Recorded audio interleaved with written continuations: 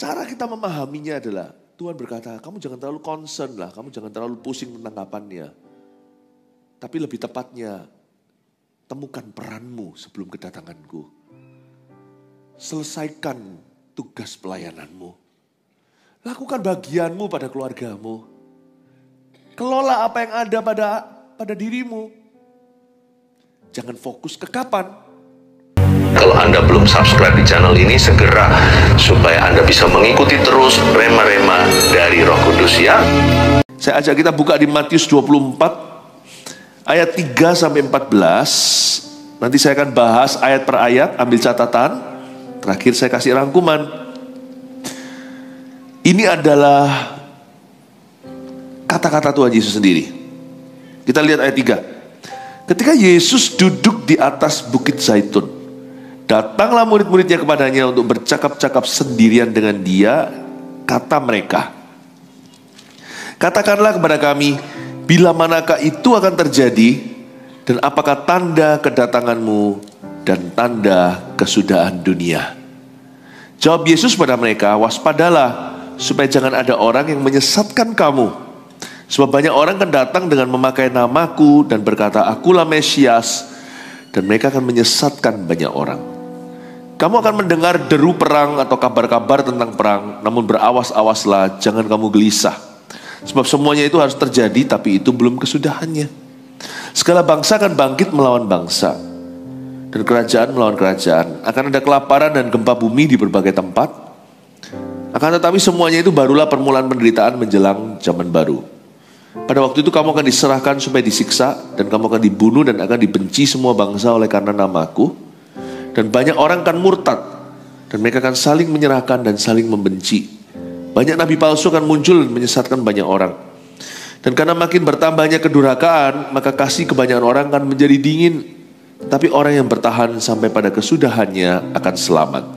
Dan Injil kerajaan ini akan diberitakan di seluruh dunia menjadi kesaksian bagi semua bangsa. Sesudah itu barulah tiba kesudahannya. Ini akan menimpa seluruh bumi, ada yang sudah digenapi, sedang, dan ada yang akan. Kita itu sekalipun sebagai orang percaya, kita tidak diluputkan. Artinya kita tetap mengalami gonjang-ganjing dunia. Kita harus mengerti di zaman apa kita sekarang hidup, yakni di zaman Edan. Karena itu kita harus membangun kehidupan kita, kehidupan rohani kita sungguh-sungguh.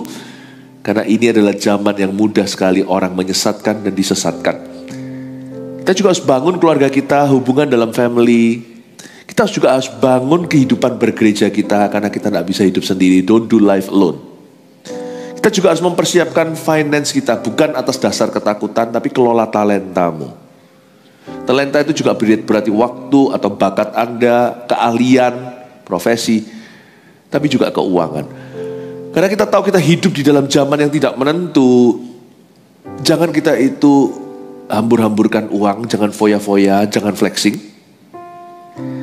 Yang penting itu Anda kalau membeli sesuatu, pastikan kita bisa membedakan itu butuh atau keinginan. Dan kalau kita memang punya kelimpahan, gak apa-apa. Berkat Tuhan itu beda-beda setiap orang. Pastikan kita membelinya memang karena berguna dan karena kita bisa menikmati berkat Tuhan.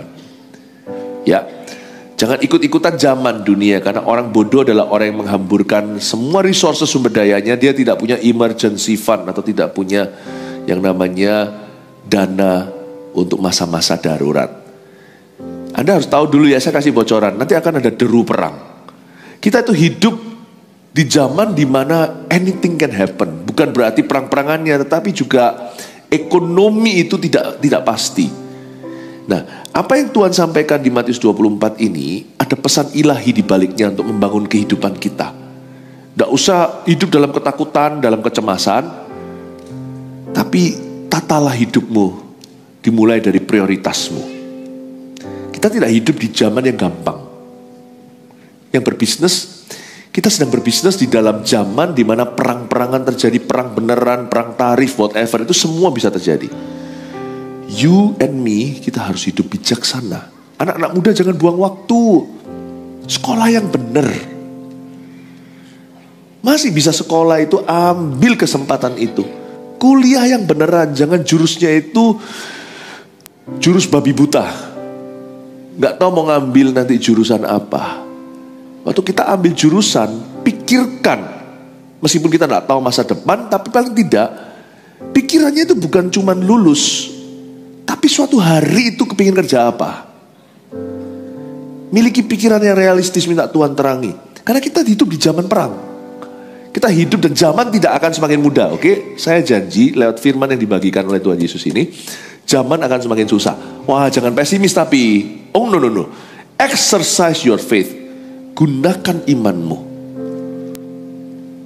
Saya berdoa supaya jemaat selalu diluputkan senantiasa. Sebenarnya yang namanya kebetulan atau hoki, kata orang, atau keberuntungan itu ada. Tapi dalam kamus kita itu bukan kebetulan atau keberuntungan, tapi penyertaan dan pembelaan. Pemeliharaan Allah dan penyediaannya. Itu ada.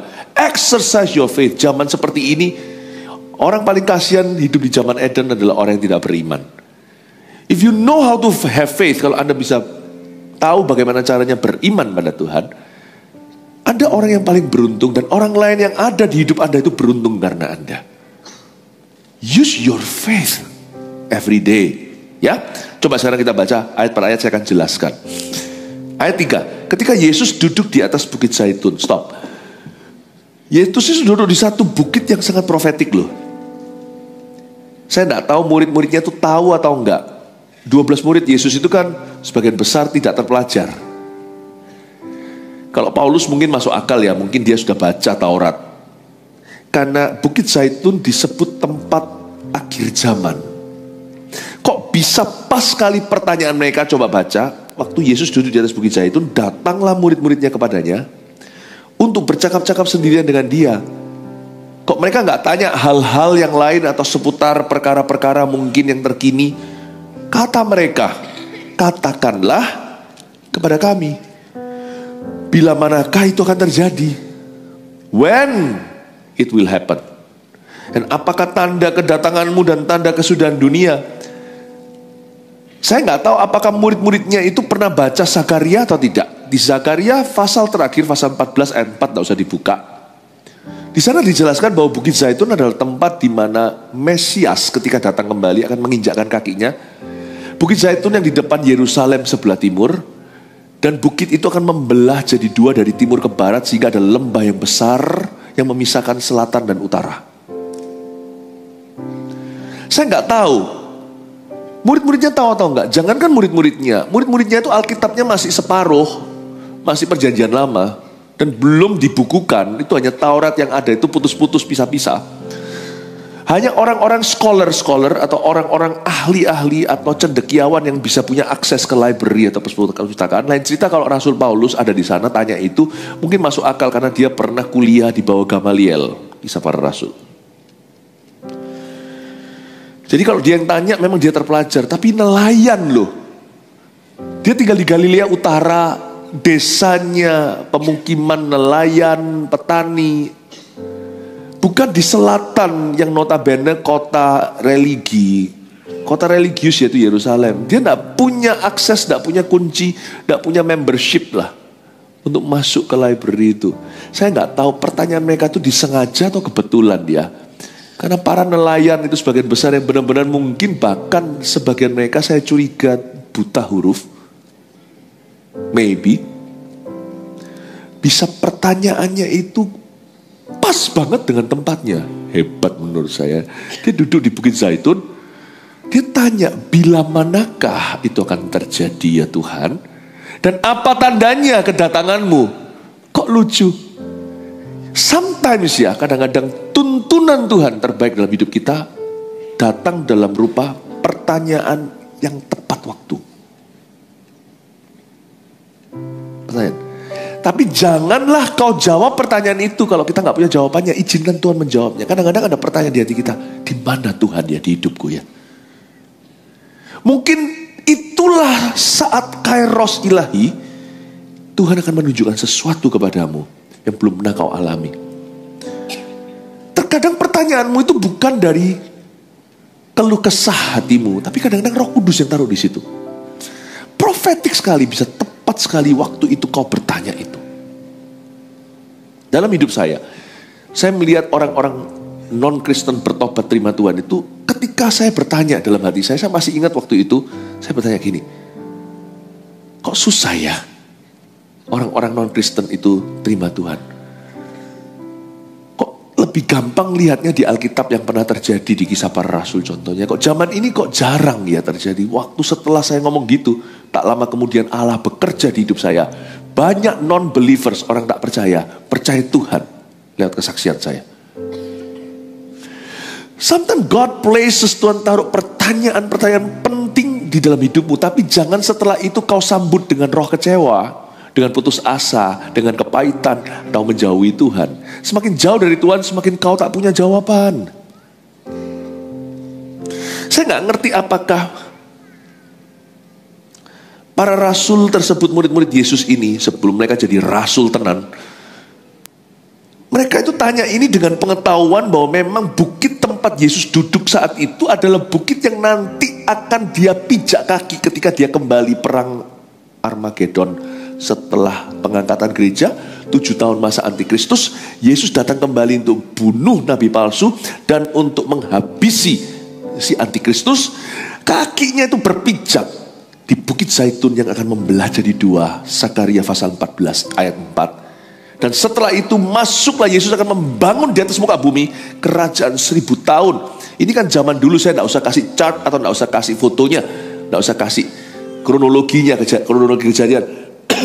Anda bisa ke YouTube langsung lihat yang sudah diupload khotbah saya tentang kitab Wahyu akhir zaman, itu sudah di sana chartnya atau kronologinya, gambarnya sudah ada di situ. Saya hanya mengingatkan aja karena di sebagian besar, sebagian Anda sudah pernah mendengarkan. Janganlah lupa apa yang sudah diajarkan. Nah, waktu nanti Tuhan Yesus datang kembali itu, setelah 7 tahun masa antikristus, absennya gereja perjanjian baru yang sudah diangkat 7 tahun sebelumnya. Waktu mendarat itu landingnya di Bukit Zaitun, Zakaria 14:4. Kok bisa rasul-rasul tanyanya pas gitu ya? Menurut saya, mereka tidak punya pengetahuan itu. Roh Kudus taruh di situ supaya Yesus jawab dan hari ini jadi Matius 24. Sometimes the best revelation comes through a heartfelt question. Pewahyuan tercantik di hidupmu nanti akan keluar dari sebuah pertanyaan hati. Asal setelah kau tanya, jangan kau lari dari Tuhan, tapi mendekatlah, Tuhan akan memberikan jawabannya. Amin Bapak Ibu. Anda sedang tanya apa sih hari-hari ini? Aku tidak punya tanyaan apa-apa. Mungkin anak muda berkata gitu, Pastor Philip, saya tidak punya pertanyaan apa-apa. Mungkin tidak pernah mikir, tidak pernah mikirkan. Kurenungkan firman. Orang yang merenungkan firman itu pasti ada pertanyaan. Pertanyaannya bukan untuk meragukan atau mengkritisi Tuhan. Pertanyaannya bukan untuk bimbang, bukan untuk pertanyaannya bukan membawa dia jadi orang tidak percaya. Tapi pertanyaan itu akan menguatkan imannya. Pertanyaan itu akan menjadi suatu pergumulan hatinya. Pertanyaan itu akan menjadi sebuah jawaban dari Tuhan. Pertanyaan itu menjadi batu loncatan atau batu lompatan iman dalam hidupnya. Start asking question yang membuatmu bertumbuh. Pertanyaan seperti, can God use me? Bisakah Tuhan memakaiku? Bisakah orang tuaku jadi Kristen? Bisa enggak orang tuaku, saudaraku dibaptis minggu ini?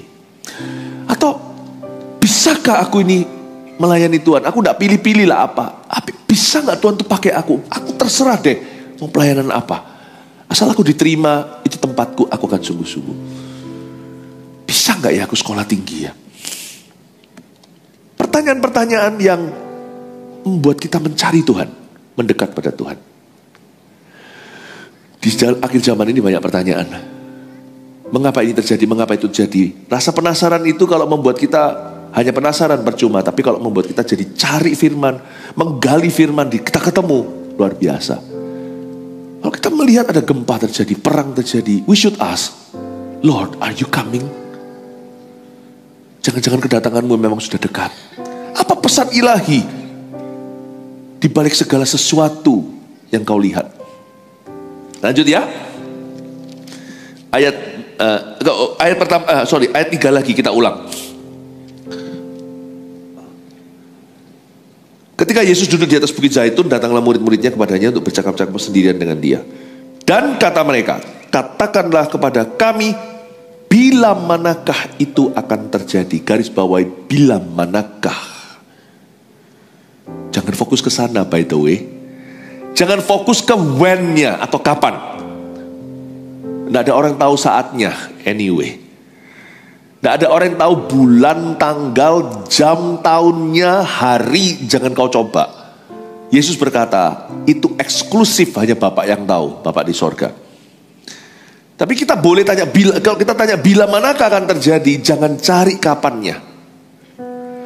Tapi semoga Tuhan mengingatkan kita bahwa waktunya nggak semakin lama, tidak semakin jauh kedatangan Tuhan, tapi semakin dekat. Itu saja yang berhak kita ketahui. Tuhan datangnya lebih singkat daripada, lebih cepat daripada lebih lama. Lalu apakah tanda kedatanganmu dan tanda kesudahan dunia? Jangan terlalu concern, jangan terlalu fokus kepada when atau kapan. Jangan terlalu fokus pada tanda-tanda. Kalau kita terlalu fokus ke sana, jangan-jangan nanti kita abaikan hidup sehari-hari. Daripada kita itu konsentrasi pada kapannya, mendingan kita konsen pada Tuhannya. Mataku tertuju kepada Yesus. Jangan fokus ke when-nya. Jangan fokus kepada what-nya, kapannya, apanya. Fokus pada who-nya. Siapa yang memimpin hidupmu? Fokus pada Tuhan. Fokus pada how-nya. How should I live before Him? Bagaimana harusnya saya hidup di hadapan Allah? Orang yang terlalu concern dengan kapannya biasanya akan tersesat. Mendingan kita lebih banyak fokus untuk mempersiapkan diri jika Tuhan datang anytime atau kapan saja. Berita tentang kedatangan Tuhan, Tuhan naik ke sorga 2000 tahun lalu, berarti Dia akan datang kembali. Dia berjanji akan kembali angkat kita semua. Oh, haleluya. Puji Tuhan, upahku besar di sorga. Haleluya. Puji Tuhan, upahku besar di sorga. Cara kita memahami janji kedatangan Tuhan yang kedua kali adalah lebih tepatnya, apa yang harus kulakukan untuk mempersiapkan diri? Adakah tugas-tugas yang masih terbengkelai? Adakah seseorang di sekelilingku yang menjadi tugas tanggung jawabku yang sampai hari ini belum kuinjili? Siapa yang patut diselamatkan? Ayo, harus cepat sebelum Tuhan datang. Dan selama Tuhan belum datang ini kita tidak tahu kapan. Talenta-talentaku jangan disembunyi di bawah tanah. Talenta 1, 2, 5 kelola. Yang perlu nabung. Jangan berkata, besok Tuhan datang, kita hamburkan semua. Yang perlu sekolah-sekolah. Miliki visi yang panjang sekalipun kita tidak tahu kapan Tuhan datang. Jangan berkata, kita tunggu aja di atas sotoh rumah. Kalau Tuhan datang aku dulu yang diangkat. Jangan-jangan kau jalan di atas sotoh rumah malah berdosa seperti Daud yang pengangguran. Di zaman raja-raja perang dia tidak berbuat apa-apa. Make your life fruitful, produktif. Harus produktif hidup kita. Harus kita tanya, talenta apa yang harus kukelola? Kalau Tuhan mau datang, aku harus cepat. Saudaraku ini belum percaya kepadanya. Yang satu ini masih murtad jalan. Yang lain lagi itu sudah undur dari Tuhan. I have to do something. Cara kita untuk meresponi janji kedatangan Tuhan yang kedua kali, dan kita tidak tahu kapan. Kalau kita dengar pencemooh dan hater-hater, mereka hanya berkata katanya mau datang kok nggak datang-datang. Mereka hanyalah pencemooh atau pengejek. Jangan kau dengarkan. Hidup mereka pasti tidak produktif. Hidup mereka pasti egois. Tapi tanya pada dirimu sendiri, kalau Tuhan datang hari ini, what haven't you done? Apa yang belum kau lakukan? Amin, Bapak Ibu Saudara. Pertanyaannya seharusnya bukan bila manakah itu akan terjadi dan apa tandanya. Tapi kalau Anda baca ayatnya, nanti di ayat terakhir yang harus kita baca ayat 14, dan Injil Kerajaan Allah akan diberitakan di seluruh dunia menjadi kesaksian bagi semua orang. Kamu tidak usah terlalu concern, tidak usah terlalu pusing tentang kapannya. Beritakan Injil damai sejahtera kepada orang-orang yang masih bisa kau selamatkan. Lain cerita di zamannya Nuh itu sudah beritakan. Nuh itu terkenal sekali. Satu-satunya orang yang dipandang gak waras bangun kapal di atas pegunungan, kapal raksasa lagi itu. Kalau Anda lihat itu ukurannya. Itu kapal segede mall lah. Nuh itu beritakan Injil ke semua, gak ada yang mau. Jadi yang masuk ke dalam cuma Nabi Nuh dan istrinya, 3 orang anaknya, 3 orang menantunya masuk dalam batra. Nuh sudah mencoba dan dia punya waktu cukup lama, ratusan tahun untuk bisa menginjili, dan dia injili semua. Lain cerita kalau orang-orang itu gak mau, itu memang adalah pilihan mereka. Di hidup kita kan belum kita coba. Itu kan asumsi kita kalau orang kan menolak. Kita gak seperti Nuh. Nuh sudah injili semua, kita belum loh. Ada orang-orang yang sebenarnya kalau kita mau taat dan injili mereka akan terima loh. Untung Tuhan belum datang hari ini. Orang itu masih kesempatan diselamatkan, dan aku masih ada kesempatan untuk taat memberitakan Injil ke orang itu. Amin Bapak Ibu. Cara kita memahaminya adalah Tuhan berkata, kamu jangan terlalu concern lah, kamu jangan terlalu pusing tentang kapannya. Tapi lebih tepatnya, temukan peranmu sebelum kedatanganku. Selesaikan tugas pelayananmu. Lakukan bagianmu pada keluargamu. Kelola apa yang ada pada dirimu. Jangan fokus ke kapan, fokus ke aku, kata Tuhan. Jangan fokus ke when-nya, fokus ke who. Dan juga fokus ke how-nya, bagaimana seharusnya kau responi panggilan Tuhan. Ayat 4, jawab Yesus pada mereka, waspadalah supaya jangan ada orang yang menyesatkan kamu. Sebab banyak orang akan datang dengan memakai namaku dan berkata, akulah Mesias, dan mereka akan menyesatkan banyak orang. Ayat 4 dan 5, penyesatan-penyesatan akan banyak terjadi di dunia.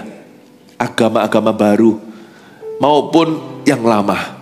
Manusia akan berubah setia. Kalau Anda baca, waspadalah supaya jangan ada orang menyesatkan kamu. Kita lihat intisari penyesatan itu di ayat 5. Banyak orang akan datang memakai namaku. Tidak main-main. Yang diserang itu keselamatan, yang dipalsukan adalah Yesus. Kalau Anda baca di ayat 5, 4 dan 5, penyesatan-penyesatan itu tidak seperti yang terjadi sekarang di antara gereja. Kebanyakan misalnya yang disebut sesat-sesat segalanya itu karena bahasa roh. Menurut saya childish. Menurut saya sangat-sangat kekanak-kanaan.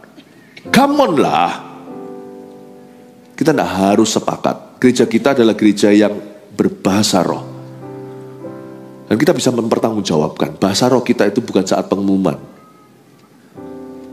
Bahasa roh kita juga pada saat fellowship.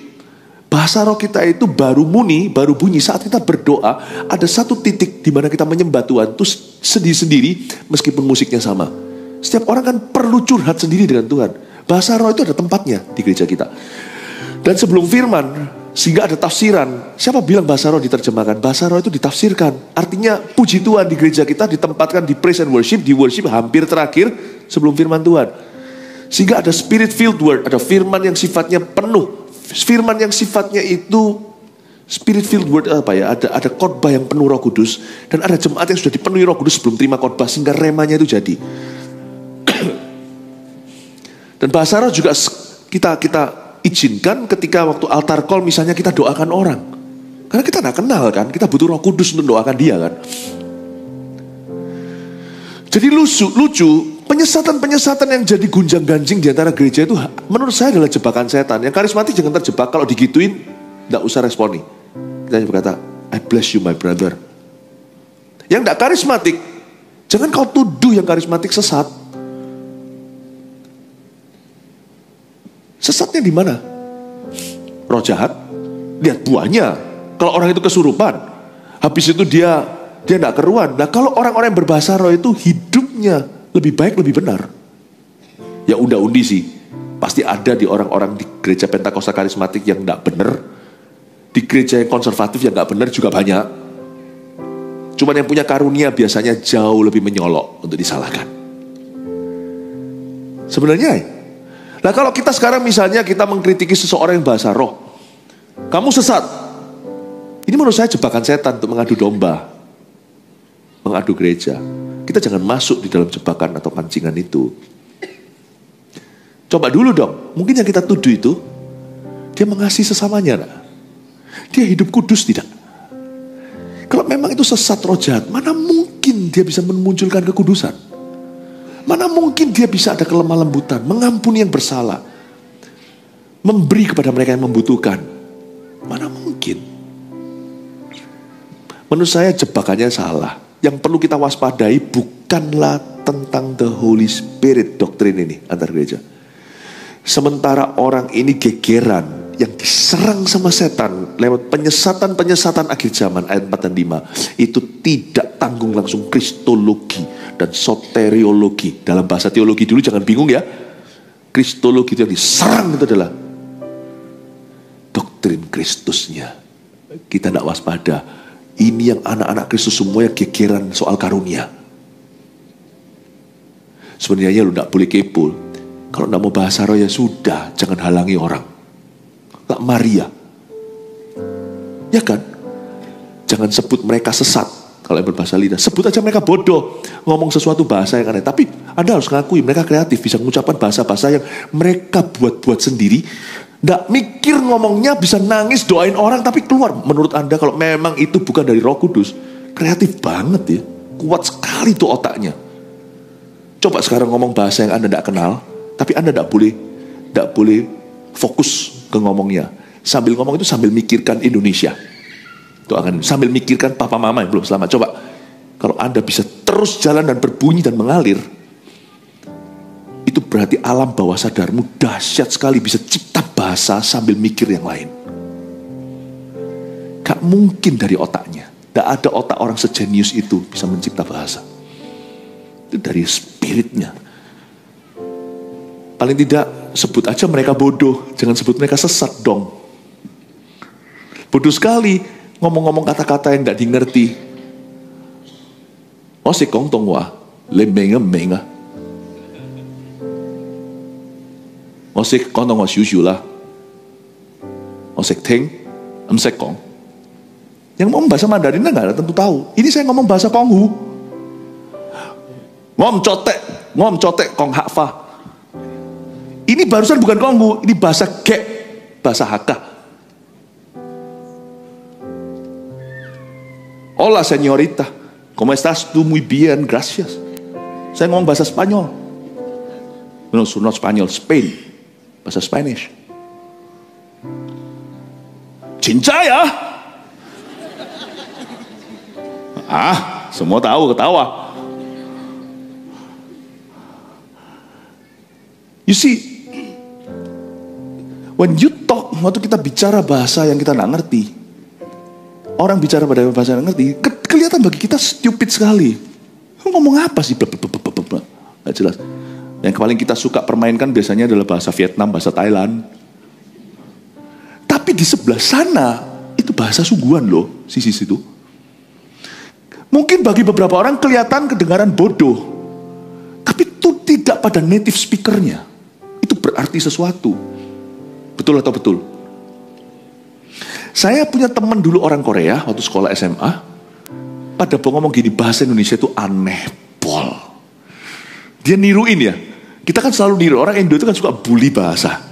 Tapi sekarang kalau kita dibully baru terasa. You know, dia bilang, your language sounds like. Dia bilang gitu. Cepet kan memang lafal kita. Kalau kita ngomong itu kan banyak kan, coba lihat. Ya. Kalau kita ngomong sesuatu, halo nama saya Philip, umur saya 50. Kalau bahasa Chinese-nya, 我叫菲利，50岁，mari. Nama saya Philip, umur saya 50 tahun. Tapi bagi orang Indonesia, it makes sense. Karena kita paham. Saya ngomong gini supaya Anda mengerti bahwa kalau ada orang menghakimi Anda, bahasa orang itu sesat, jangan kau dengarkan. Kau sebut aku bodoh aja, jangan sebut aku sesat. Kalau kamu tidak ngerti native speakernya, kamu tidak bicara bahasa itu adalah komunikasiku dengan Tuhan. Itu membantu aku dalam doa loh, tiap hari saat teduh. Itu mendoa syafatkan orang tua aku loh. Kamu jangan hakimi itu. Just pikirkan bahwa aku stupid gitu aja lah. I sound stupid, I look stupid before you. Udah gitu aja. Jadi sebenarnya ini pancingan setan. Yang karismatik jangan mau terpancing, tapi juga jangan ngomong begini pada orang yang tidak bahasa roh. Lu tidak punya Roh Kudus. Makanya disalah ngerti. Siapa bilang kalau orang tidak berbahasa lidah tidak punya Roh Kudus? Gak ada. Itu adalah second blessing. Orang terima Yesus, orang bisa berkata Yesus Tuhan, itu Roh Kudus di dalam diri yang mengatakannya. The second blessing ini baptisan kuasa. Kontainernya yang dirombak sama Tuhan. Roh Kudusnya tetap sama. Wum, kita yang kena api, baptisan api. Itu kesaksian, itu bahasa rahasia sorga. Dan punya kuasa saat berdoa. Jangan begitu juga sebaliknya. Jangan masuk di dalam perdebatan yang tidak perlu. Karena di akhir zaman ini ada sesuatu yang jauh lebih penting. Kristologi yang disikat sama setan. Ketika tanpa kita sadari, pelan-pelan kita mulai tergerus iman. Dulu kita percaya Yesus satu-satunya jalan. Sekarang kita percaya semua agama sama. Nah itu lebih bahaya loh. Itu bukan tentang bahasa roh. Bahasa lidah itu cuma karena kan nih, jangan fangyan wa pusuan yan. Aku lihat kamu ngomong bahasa apa nggak ngerti, aku nggak suka lihat kayak gitu. Ya sudah. By the way, yang bicara bahasa roh itu juga banyak pengacara, profesor, orang-orang pintar, cendekiawan, sejarawan. Even before you call them stupid, think first, are they really stupid? Lihat buahnya, bukan lihat pohonnya. Right? Tapi jangan kita mau masuk dalam perdebatan itu. Dan kita, orang yang sudah berbahasa roh, jangan merendahkan orang yang belum. Untuk pelayanan, iya, ada kriterianya. Kan semua kan ada set of skill dan karunianya. Tapi secara martabat di depan Tuhan, kita yang berbahasa lidah tidak lebih hebat. Bisa jadi kita dikasih bahasa roh karena kita memang lebih lemah. Supaya kita bisa berdoa. Jangan lu ya remehkan orang Kristen yang lainnya. Oh, tidak punya Roh Kudus. Jangan ngomong gitu karena kita tidak lebih dari mereka. Itu karunia yang Tuhan beri, ya kan? Tapi jangan lupa di akhir zaman ini jangan mau kepancing masuk ke perdebatan yang salah, yang sungguh-sungguh perlu diwaspadai. Justru di situ kita kecolongan. Ketika orang-orang mulai satu-satu berkata, iya Yesus salah satu jalan, atau semua agama sama saja, yang penting ajarkan kebaikan. Disitulah kita harus mengerti bahwa yang diserang itu Yesus Kristus. Sebab banyak orang kan datang dengan memakai namaku, yang diserang itu Jesus Christ. Kristologi, Kristusnya. Sebagai batu penjuru, yang diserang adalah soteriologi atau keselamatan yang diserang. Nah di area ini kalau beda-beda, baru kesesatan. Kalau orang percaya Yesus itu ciptaan Allah, bukanlah pencipta. Nah disitulah kesesatan. Ini bukan soal karunia. Ini sudah bicara tentang fondasi keselamatan. Mesti hati-hati. Karena di akhir zaman ini yang diserang adalah Allah Trinitas. Allah Bapa, Allah Putra, Allah Roh Kudus. Gak ada Roh Kudus itu. Gak ada. Beberapa bidat-bidat kekristenan mengajarkan bahwa Roh Kudus tidak ada. Roh Kudus itu hanya semacam suatu universe power. Gak ada. Yang ada hanya Yehova. Yesus itu ciptaan. Sama-sama diciptakan, sama seperti Lucifer diciptakan. Hati-hati yang gituan malahan. Jangan berkutat di yang bahasa roh segalanya. Lalu kristologi di gereja-gereja tambah lemah. Karena gegeran antara Kristen tambah soteriologi, namanya keselamatan semakin lemah semakin lama. Doktrin tentang Trinitas semakin lemah. Ya ampun, kalau kena bahasa lidah dengan gereja lain misalnya, Yesusmu adalah Yesusku sama. Sama-sama kita yakin dia anak Allah yang maha tinggi, equal, setara dengan Allah. Firman itu adalah Allah, firman itu bersama dengan Allah. Kita percaya Allah Bapa, Allah Putra, Allah Roh Kudus. Kita percaya sama-sama keselamatan tidak ada di jalan lain kecuali Yesus. Bukannya seharusnya gereja-gereja saling menguatkan. Karena sekarang yang diserang adalah tentang Yesus Kristusnya. Bukan soal baptisan Roh Kudus. Bukan tentang perbedaan minoritas lah ya. Ada orang yang percaya baptisan Roh Kudus ya pokoknya orang lahir baru itu sama. Tapi orang Pentakosta karismatik percaya ada berkat berikutnya. Setelah orang itu terima Tuhan lalu akan ada Pentakostanya. Bisa terjadinya sekaligus seperti Cornelius. Atau terjadinya terpisah seperti orang-orang Efesus 12 murid itu. Tidak masalah itu minoritas. Kristusnya ini loh diserang. Dan tahu nggak target sesungguhnya? Setan tuh nyerang, pasti nyerang sampai ke anak-anak kita. Jangan sampai anak kita datang kita dan berkata, Papa Mama, aku ateis. Waduh. waduh, itu akan jadi kiamatmu di dunia. Buat apa memperoleh seluruh dunia kau tahu anakmu binasa.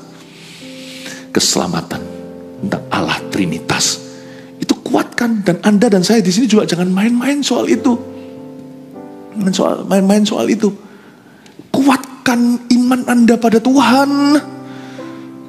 Kuatkan, jangan sampai kecolongan. Karena yang diserang hari-hari ini, yang namanya roh penyesatan sesungguhnya itu bukan soal karismata, soal karunia, soal bahasa lidah, bukan. Yang disebut kesesatan itu bukan soal perpuluhan, bukan. Ini semuanya adalah, saya sebut sebagai apa ya? Kayak distraction. Ini semuanya gangguan yang benar-benar mau diserang. Anda mau dilucuti di situ. Itu adalah dari sisi Kristus, batu penjuru. Dan tahu nggak? Yang dia targetkan anak cucu kita, ya, betul. Tapi sebenarnya target utama itu hamba-hamba Tuhan. Anda kan lihat nanti di akhir zaman ini, hamba-hamba Tuhan banyak yang akan bergeser dari pendirian semula tentang Kristus. Saya ngomong gini tanpa memikirkan apa-apa siapa-siapa. Ini firman Allah sepanjang zaman. Nanti Anda lihat, yang pertama kan digeser. Setan itu bukan menyerang orang, bukan menyerang jemaat. Saya tidak suka pakai kata orang awam, tapi itu yang dimengerti sama orang. Setan tidak serang orang awam. Setan itu serang clergyman. Setan itu serang orang-orang yang punya kependetaan.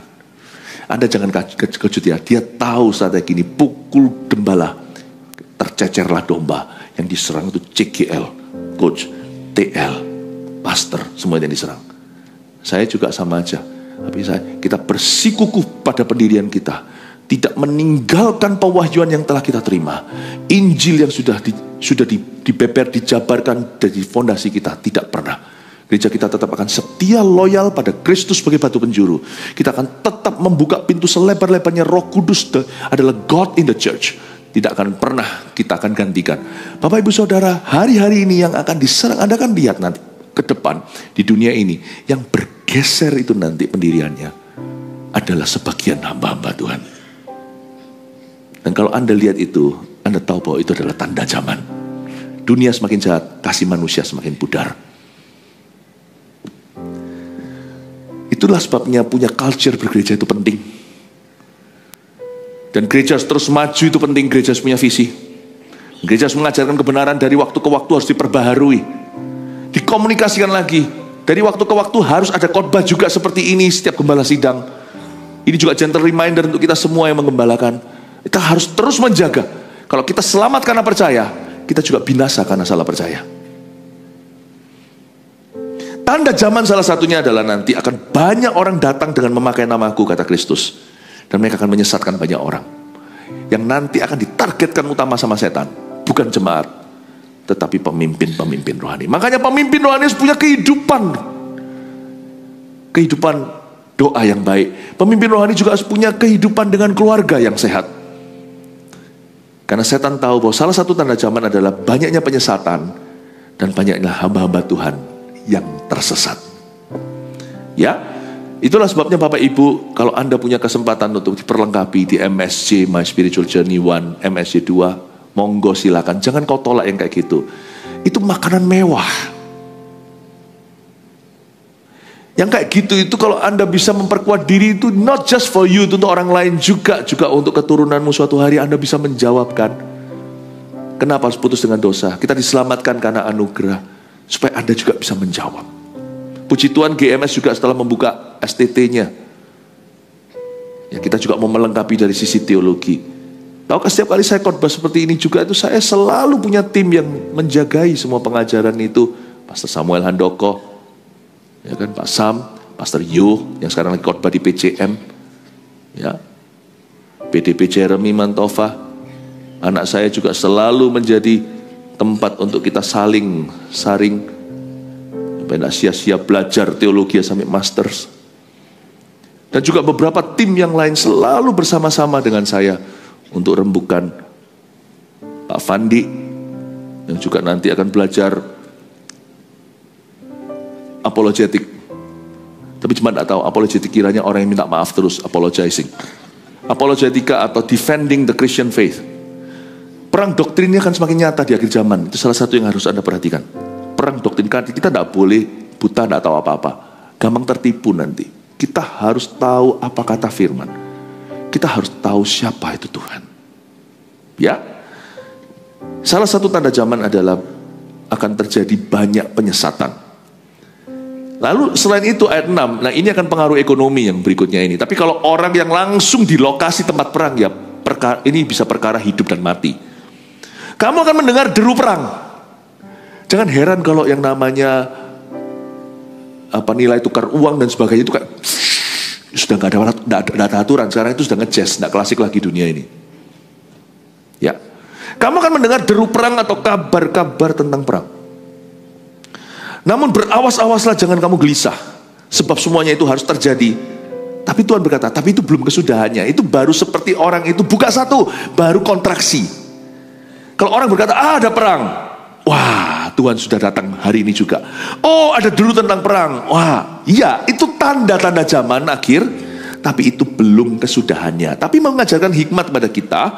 Kalau ayat 7 berkata, sebab bangsa akan bangkit melawan bangsa, perhatikan, dan kerajaan melawan kerajaan, lalu efeknya akan ada kelaparan dan gempa bumi di berbagai tempat. Itulah sebabnya bangun your financial life. Hidup di akhir zaman itu harus punya hikmat, bukan ketakutan. Tetapi harus tahu bagaimana mengelola resourcesmu atau sumber dayamu dengan bijaksana. Kalau kita tahu di dunia ini gunjang-ganjingnya cepat, turnovernya itu loh sangat-sangat cepat. Ya, Anda jangan kaget kemarin Anda datang kota itu, di situ ada toko itu, besok nggak ada, besok ganti toko lain. Zaman dulu nggak gitu. Zaman dulu masih ada cerita di mana berdiri sejak 1900, lama sekali berdirinya. Zaman sekarang orang bisa langgeng berdiri itu harus bangun bisnisnya, profesinya upon character. Zaman dulu nggak banyak yang itu. Zaman sekarang you mau sesuatu yang akan awet, harus with your character, reputasi. Itulah sebabnya di zaman edan seperti ini jangan punya mimpi cepat kaya. Karena biasanya akan serakah dan buta dan membuat keputusan paling bodoh dalam hidupnya. Bangun perlahan-lahan, kekayaan itu dari Tuhan. Dan ini juga mengajarkan kepada kita, kalau di zaman seperti ini tuh, alangkah baiknya tidak membangun apa-apa di atas dasar hutang. Karena itu bukan uangmu. Karena Anda tidak tahu kan, dunia itu kabarnya seperti apa. Anda tidak bisa jadikan jaminan. Kalau kita membangun di atas dasar wealth yang pasti atau kekayaan yang sungguh-sungguh ada, bukan yang cepat didapat, tapi yang pelan-pelan ditabung. Kekayaan cepat didapat, cepat hilang, kata Amsal. Karena kamu mendengar deru perang, jadi Anda harus bisa kita harus punya ekspektasi. Kita tuh tidak hidup di zaman damai. Anything can happen, harga bisa naik, bahan bisa kurang. Bukan berarti kita takut buka usaha, misalnya kalau ada orang mau buka pabrik misalnya, bukan. Kalau ada orang mau berusaha, enggak, bukan. Tetapi pastikan your business is real. Real. Dan itu berasal dari expertise dan komitmenmu. Kolega-kolega itu pada waktu sama-sama susah, kalau Anda punya loyalitas satu dengan yang lainnya, pasti saling bantu. Tidak mungkin saling menjerumuskan. Jangan pakai jurus cepat, jurus kobra. Zaman ini, karena zaman kita hidup ini bukan zaman damai, tapi deru perang dan kabar-kabar tentang perang. Bangun your financial life healthy. Jangan bangun di atas dasar debt atau di atas dasar hutang. Karena kita tahu, sekilas, sekejap, dunia bisa berubah.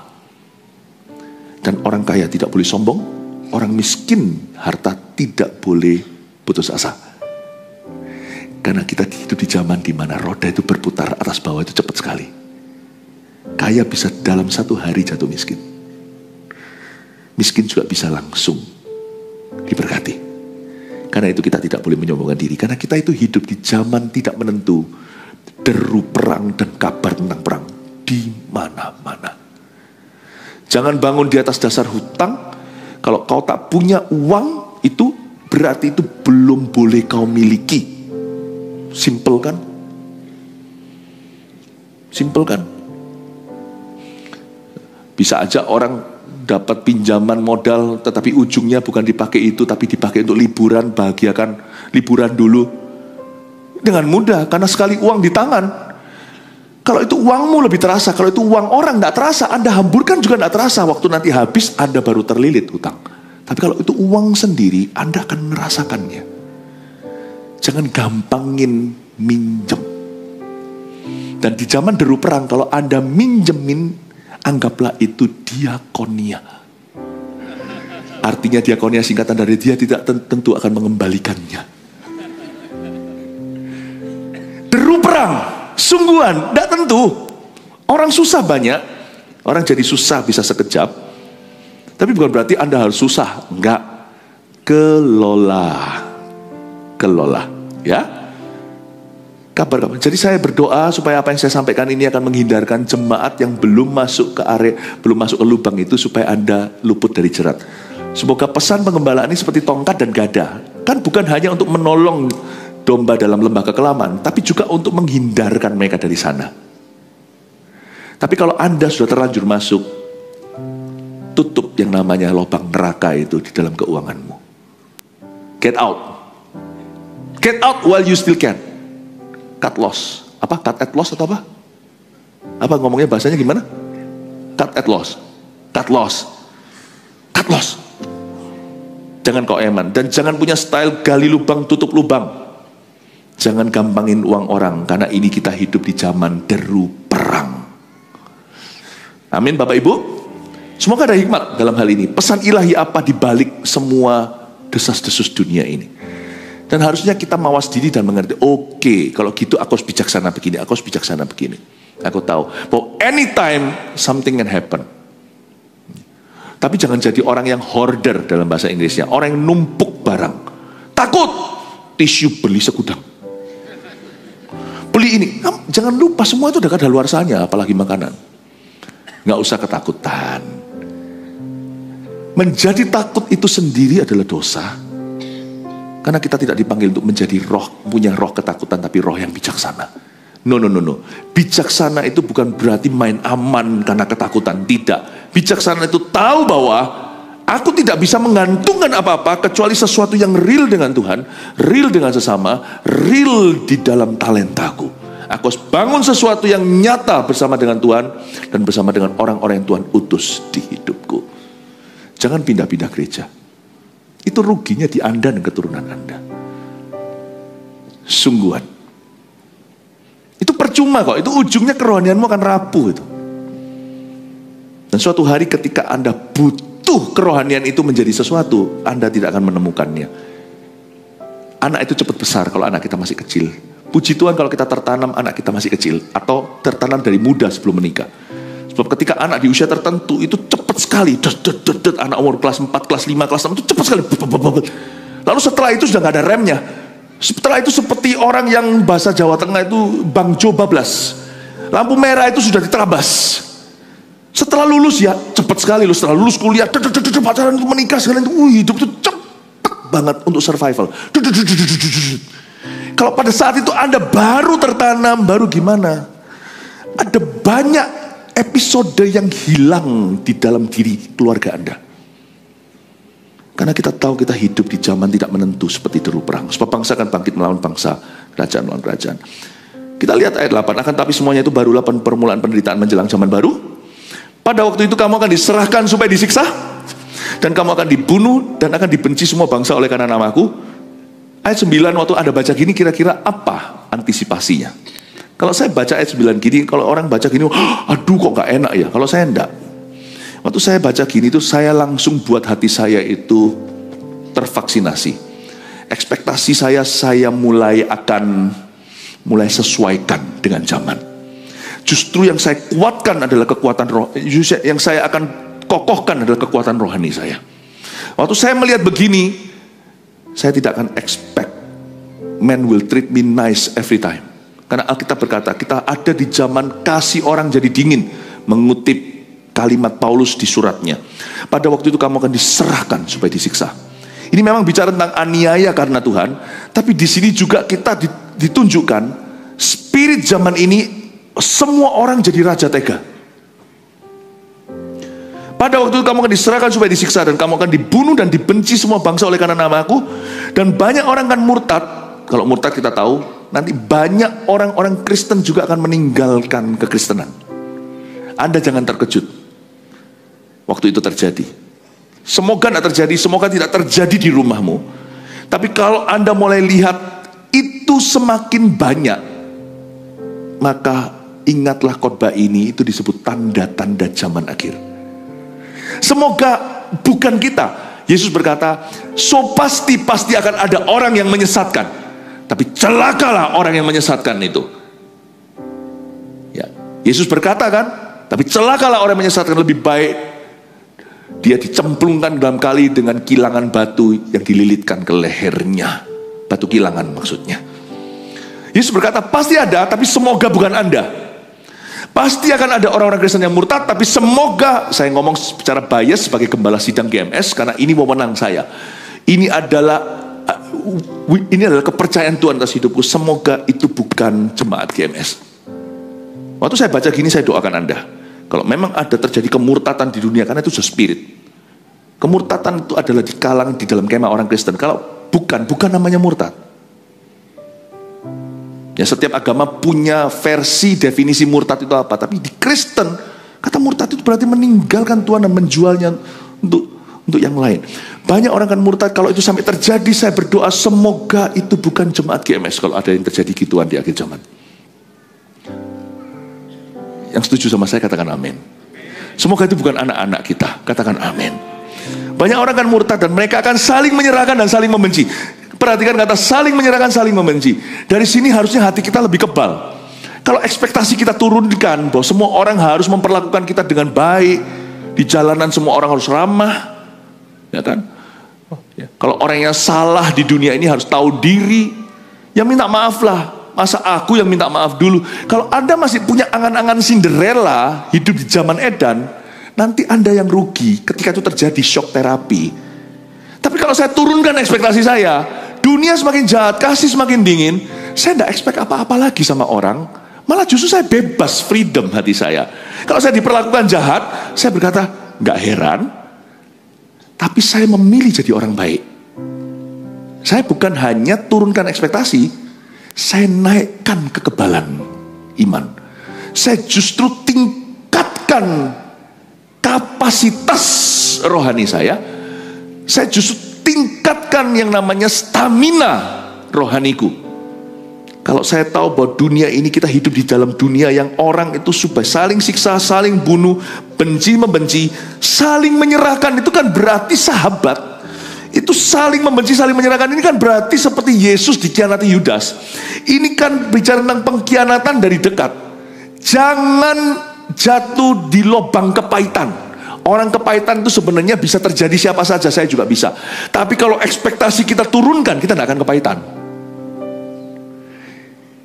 Jangan ada yang namanya bahasa Inggrisnya spirit of entitlement, perasaan berhak. Misalnya dalam sebuah pelayanan, kok aku tidak dihargai? Itu orang tidak ready untuk perang. Di zaman deru perang gini itu, hidup kita itu harus gini loh. Aku datang untuk melayani, bukan untuk dilayani. Kalau ekspektasi kita turunkan terhadap orang lain, kita jadi kuat. Kalau kita tidak menuntut untuk menerima dulu, otomatis kita itu akan melihat diri kita lebih sebagai pemberi. Saya kalau berada di kalangan orang Kristen, saya tidak berharap saya dikuatkan dulu. Di mana Tuhan utus saya, kemana saya pergi, di mana saya berada, saya selalu pikir, aku harus kuatkan orang lain. Tapi akhirnya, siapa yang menguatkan juga dikuatkan, apa yang kau tabur kau tuai. Jadi orang Kristen di zaman ini harus pintar secara rohani, turunkan ekspektasimu terhadap orang lain. Sehingga kalau ada orang baik sama Anda itu saking terkejutnya, karena Anda expect apa-apa. Wow! Sampai Anda lupa jasa itu, berterima kasih sama orang itu, thank you.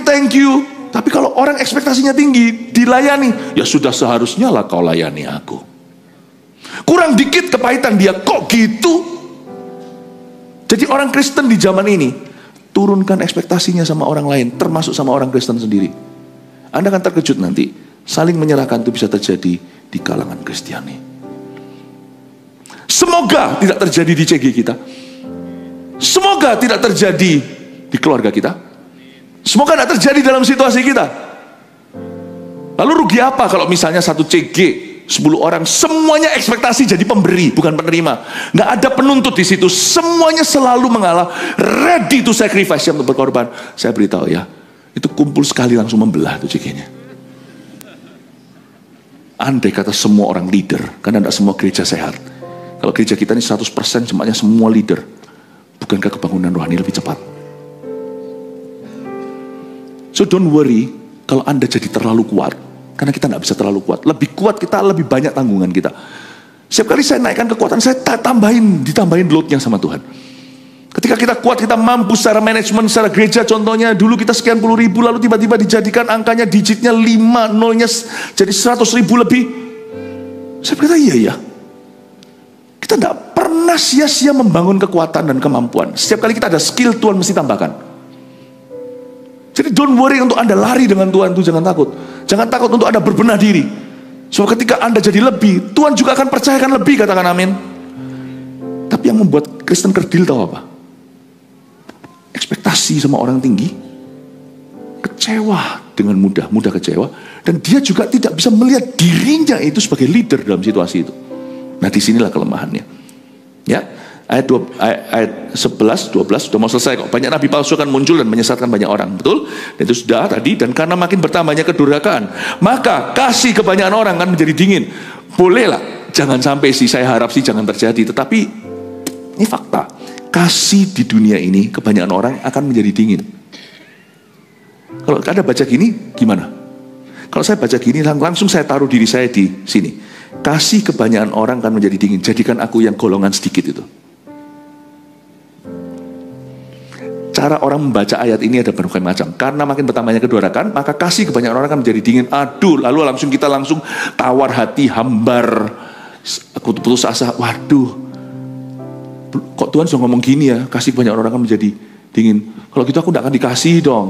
Belas kasih, lalu kita mulai mengasihani diri sendiri. Kita mulai bermental korban. Cara baca ayat gini tidak boleh juling rohani. Waktu kita baca gini cara saya membacanya, saya ajari Anda. Karena makin bertambahnya kedurhakaan. Oke, itu fakta. Welcome to the new world.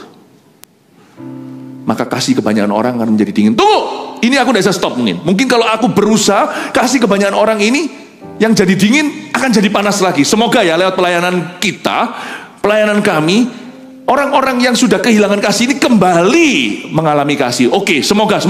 Tapi waktu saya baca ini pertama-tama, saya lihat peran saya. Maka kasih kebanyakan orang akan menjadi dingin. Jadikan aku sedikit orang yang tidak dingin itu. Jadikan aku Gideonnya, 300 tentara Tuhan awal untuk mengubah dan menantang kedinginan kasih yang ada di kebanyakan orang. Pakai kami Tuhan, segelintir orang yang sedikit ini untuk mengubah dunia kami. Bisakah Anda melihat seperti itu? Pesan ilahi di balik tanda zaman ini tergantung cara orang melihatnya. Ada orang melihat zaman gitu lalu putus asa, lalu lemas dia. Tapi ada orang yang melihat itu dan menerima tantangan dari Tuhan. Here I am, send me. Jadikan aku golongan yang sedikit yang tidak kehilangan kasih. Dan terakhir, tapi orang yang bertahan sampai pada kesudahannya akan selamat. Ini orang yang beda. 14, dan Injil kerajaan akan diberitakan di seluruh dunia menjadi kesaksian bagi semua bangsa. Ini Tuhan, ini peranku, memberitakan Injil ke semua bangsa. Sesudah itu barulah tiba kesudahannya. Di dunia hanya ada 2 macam orang. Orang yang ikut history dan history maker. Saya harap di gereja ini, we're raising you to be history makers, bukan cuma orang yang flow dalam history yang ada. Pesan ilahi di balik kelaparan dan gempa bumi, nomor 1, jangan fokus ke tanda-tanda zaman, tapi ke Tuhan Yesus. Nomor 2, ini yang harus kita perhatikan hari-hari ke depan, jangan masuk dalam perdebatan yang konyol-konyol. Kalau kita yang dituduh-tuduh orang gitu-gitu, diam aja. Nggak usah balas-balasan, karena itu membuat kita tidak fokus ke misi sesungguhnya. Misal, kalau dibilang sesat segalanya, diam aja sudah. Tunjukkan buah. Kuatkan doktrin tentang Allah Tritunggal, tentang Kristus, dan tentang keselamatan. Ini jangan goyang ya. Ini target setan sesungguhnya, bukan bahasa lidah. Bukan tentang perpuluhan, bukan tentang itu. Aduh, itu semuanya adalah hal-hal seputar. Setelah orang itu diselamatkan, fondasinya itu loh yang mau dijegal. Remember, kuatkan ini. Apapun terjadi di hidupmu, ingat pesan gembalamu. Jangan kau gantikan pemahamanmu tentang Injil. Allah Bapa, Putra, dan Roh Kudus. Ketiganya adalah Esa. Allah semuanya pencipta. Allah kita adalah the creator of the universe. Jangan kau goyang tentang hal itu. Jangan kita itu buka diri terhadap pengajaran-pengajaran yang lain tentang Kristus. Jangan kau percaya ada jalan lain kecuali Yesus itu satu-satunya jalan. Apapun terjadi, jangan kau tinggalkan pengakuan rasulimu, pengakuan akan keselamatan. Dan tentang keselamatan ini, 3 hal ini kau harus kuatkan. Ini justru peperangan sesungguhnya.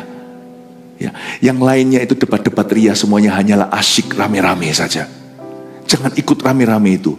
Kita tidak dipanggil untuk huru-hara, kita dipanggil untuk membangun sesuatu secara nyata. 3, jadilah alat di tangannya. Ini tugas kita, fokus untuk memberitakan Injil damai sejahtera. Tugasmu pasti banyak. Kalau Tuhan datang hari ini, siapa yang belum kau injili? Tanya pada diri sendiri. Haleluya. 1 Petrus 4 ayat 7. Kesudahan segala sesuatu sudah dekat. Karena itu, kuasailah dirimu dan jadilah tenang, supaya kamu dapat berdoa. Saudara yang terkasih, terima kasih telah mendengarkan firman Tuhan hari ini. Jangan lupa untuk dukung terus channel ini dengan cara subscribe, like, share, dan juga komen, agar saudara kita yang lain juga boleh terberkati. Tuhan Yesus memberkati kita.